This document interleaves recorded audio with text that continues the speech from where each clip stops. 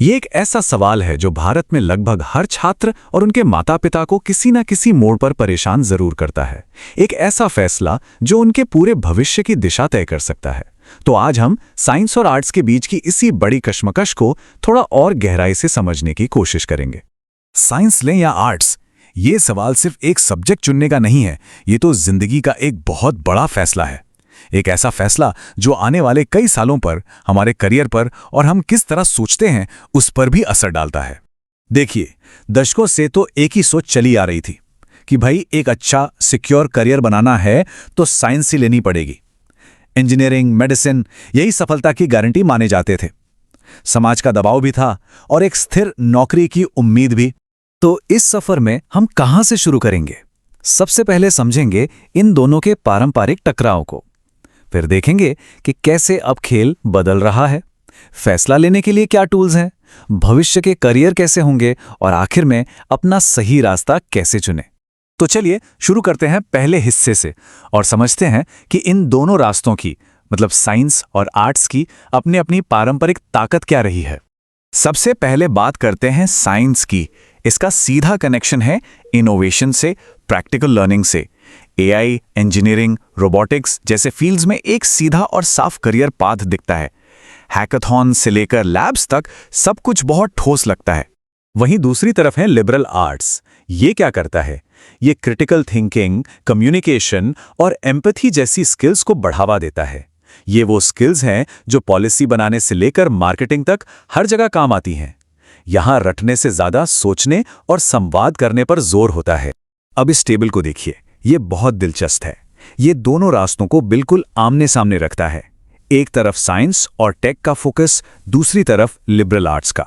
कहां कौन सी skills develop होती हैं और जॉब मार्केट में इन्हें कैसे देखा जाता है, सब कुछ साफ है। लेकिन अब वो पुराने जमाने की बातें नहीं रहीं। खेल अब बदल रहा है। चलिए देखते हैं कि कैसे नई नीतियां और नए आइडियाज शिक्षा को और इन दोनों फील्ड्स के बीच की लकीर को एक नया रूप दे रहे हैं। और इस बदलाव में सबसे बड़ा रोल है इंटरडिसिप्लिनरी लर्निंग का। यह हमारी नई एजुकेशन पॉलिसी 2020 का एक बहुत ही अहम हिस्सा है। इसका सीधा सा मतलब है अलग अलग सब्जेक्ट्स को अलग थलग पढ़ने के बजाय उन्हें एक साथ जोड़कर समझना। तो इसका मकसद क्या है? मकसद है क्रिटिकल थिंकिंग और क्रिएटिविटी को बढ़ाना, स्टूडेंट्स का ओवरऑल डेवलपमेंट हो और वो ऐसी स्किल्स सीखें जो उन्हें असल दुनिया की मुश्किल चुनौतियों के लिए तैयार कर सकें।